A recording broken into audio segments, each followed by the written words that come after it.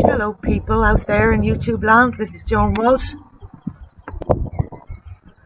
eating a biscuit on the edge of the County Ross Common. Don't speak with your mouth full.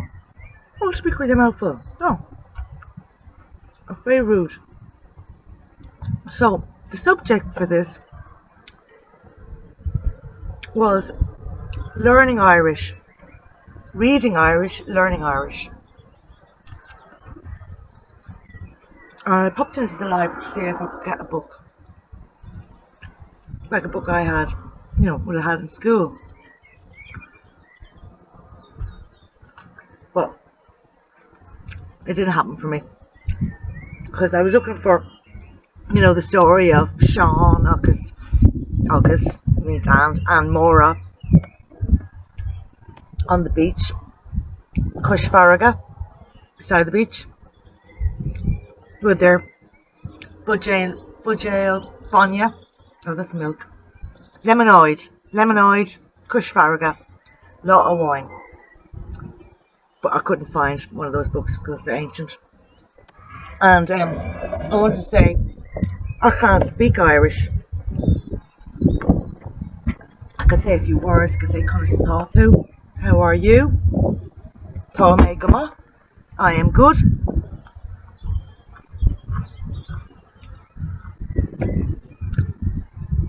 Rip me awalya. I ran home. Canig me mil Sean means I bought sweets. Roar. Don't speak with your mouth full, John. Roar means bicycle. Glúis Thán is a car. So I think they've changed that to car. Let me think of anything else. Fuinneog is a window. A dog is Modra. I don't know what a hen is. Cup on tea. That's what that's called. That's called a cup on tea. And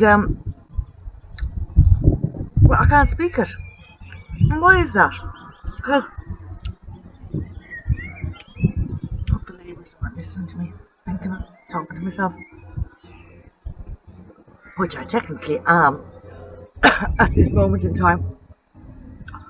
So in Ireland, I don't know if it's still the case. It's compulsory to learn Irish in school, and so I learned it from the age of, I suppose, senior infants. When I was about 5, that's the second class in babies and senior infants, all the way up until I left school, leaving cert at 17, and I can't speak it. Now, why is that? Well, my first memory in senior infants, and we had a lovely teacher, Miss Britton. She was really cool. Long blonde hair, a psychedelic dress, mini dress, and she had a kind of a Velcro board, a board, and these cutouts, black and white cutouts of objects like Morth, which is a table. That's the only one I can think of offhand, and there'd be Velcro on the back, and she'd stick them on, and that was a great idea, way of remembering things, sticking them on. The only trouble was when she pointed at you and asked you to repeat it, and so I learned very early on to just keep my head down, And I guess once you got behind with it all, you couldn't catch up. I don't have any memory of it being explained, how the words were constructed, or vowels, or not vowels, I don't know. It was like when we sort of sucked up like osmosis. And so, yeah, just got a school report here, class 3, third class, Irish C. Now I've no memory of being good at Irish at all. And then we've got oral Irish, week, class 4, E, that's more like it, week. And oh, I lose me places here. Class 4, E plus. Oh, I got a plus. Still weak. Now E is a fail. And then we went on to the Intercert, which is now called the Junior Cert, and the Leaving Cert, which is now called the, what's it called? I don't know. And I've got F, which is a real big fail, and we have F. Look at that. Wonderful. So, there was a story about prep. Now, prep class was a kind of in-between class between junior school and senior school. And we went up to 5th class in junior school with Mother Augusta and Miss Shannon, lovely teachers. And then you went up to the senior school, would have been about 11, 12, maybe 11, not sure, to the prep class up to the big school, senior school. And we had a teacher, I will not mention her name, I'll call her Miss MC. Miss MC, tall kind of woman, of course we were all smaller then. And in those days, the teachers wore cloaks, black cloaks, so they were like kind of crows, and she was very crow-like. And I could hear her footsteps coming down the corridor, the terrazzo covered corridor, and it would put the fear of God into me, hearing her footsteps coming down to the class. And in the classroom there was a rostrum for the teacher to sit up on, with a little wooden desk, and she sit up there, crow-like. And she had a lovely habit of, she'd cross her arms on the desk, she'd pick her nose. Obviously I couldn't do that on camera, but she'd pick her nose, pig, and then we all see it, and she'd roll it under her arms, she'd roll it, and then she'd flick it. Yeah, it was one of her habits. But another habit she had was she'd get us to stand up to read Irish. And one particular day, she got me to stand up to read from a book. Impossible. I couldn't read it. I stumbled. And what did she do? She said, "Joan, you're to go down to junior school. Go now and report to Mother Augusta." So off I went. Had no choice but to. Down to the junior school, and I remember it must have been a winter's evening, day, very cold, grey, overcast.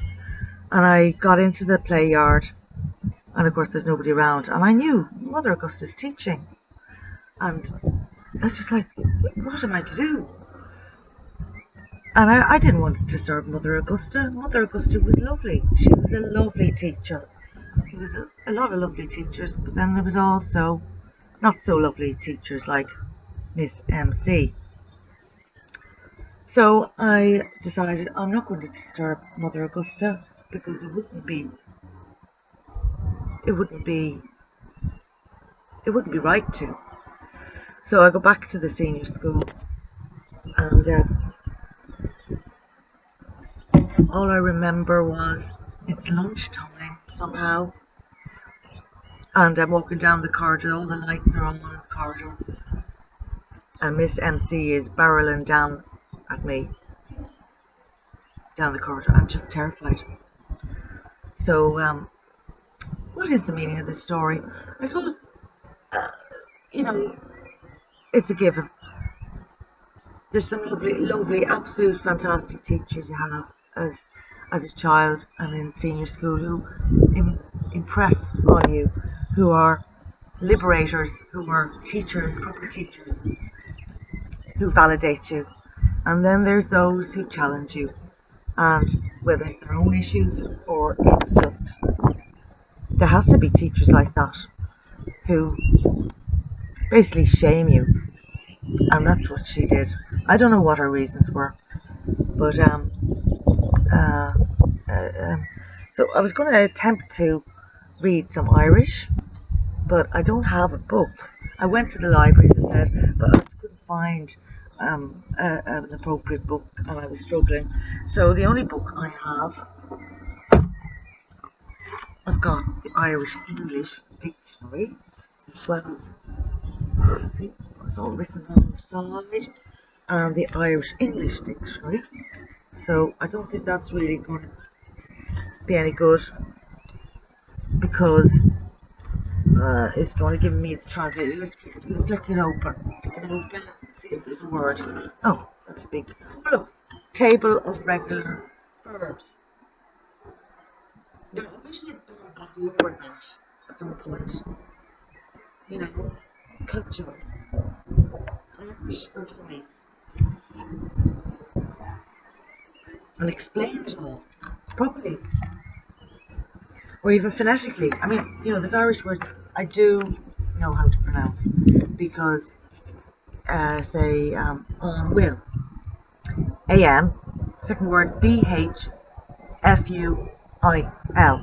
Now you would think that would pronounce on, I don't know, but it's on will, or will to.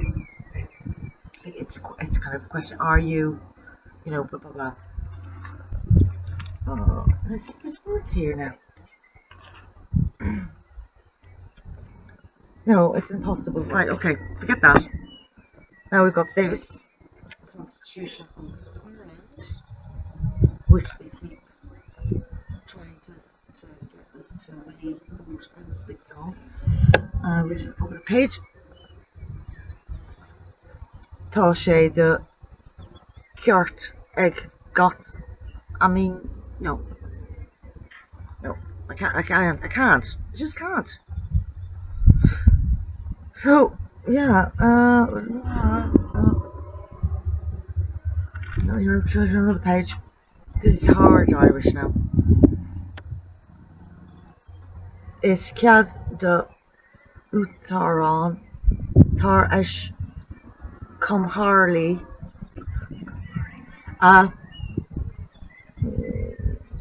yeah, right. So that's the Irish story. I thought it was going to be funnier, but obviously not. It's a sad state of affairs. Not being able to understand or speak Irish could kind of come in handy when you need to talk secretly. But it was the way it was taught, I suppose, and I just fell between the cracks. So that's my story about not being able to speak Irish, not being able to read Irish. So that's it.